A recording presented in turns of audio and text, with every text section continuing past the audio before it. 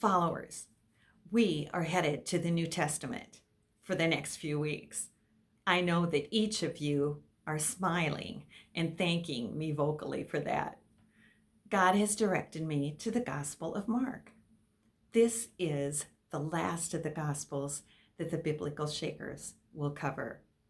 If you would like to review Matthew, Luke, or John, please just do a search on the Blogspot and read any of the other gospel devotions or listen to the videos. We are opening the week with a great introduction of the book written by Tanya on Monday. Then we will take 2 days for chapter 1, followed by the closing of the week with chapters 2 and 3. The Gospel of Mark was written by John Mark, a co-worker of Peter. He was not one of the disciples, but a cousin of Barnabas, and helped him and Paul on their first missionary journey. Many Bible scholars believe that Mark's Gospel is a record of Peter's reports of the ministry of Christ, presenting Jesus Christ as a servant of God.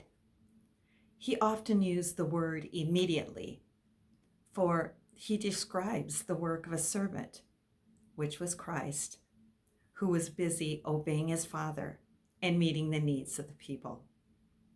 He wrote this book to encourage the Roman Christians and to prove beyond a shadow of a doubt that Jesus is the Messiah.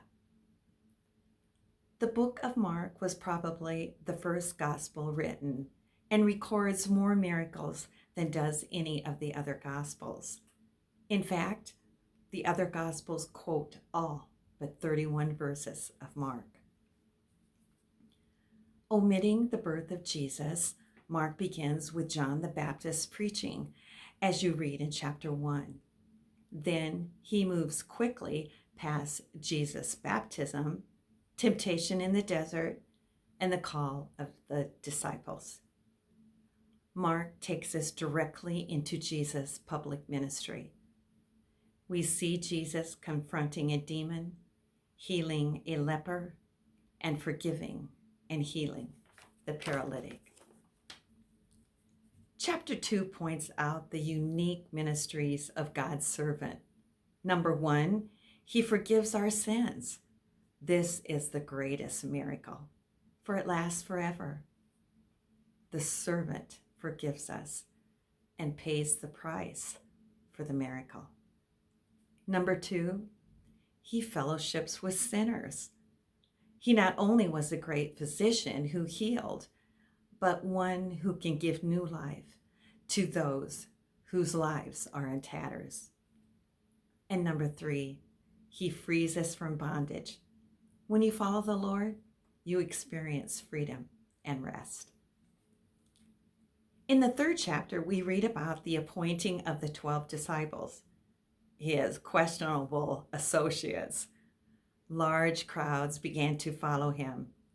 This initiated the conflict with the Pharisees and other religious leaders who condemned Jesus for eating with sinners and breaking the Sabbath. There were all kinds of reactions from the people. Some resisted the servant, some assisted the servant, and some mistrusted the servant. Through it all, Jesus continued doing the will of God, just as we should every day. The life of Jesus. I love reading about him and pray that we could have the spirit of a servant and the attitude of Christ for each day of the week. Next week, another 4 chapters in the book of Mark. Let us read about more of his miracles and some of his parables. You'll have to check in and see, because Biblical Shakers makes reading the Bible way more enjoyable for you. I pray the Lord will put a hunger on your heart.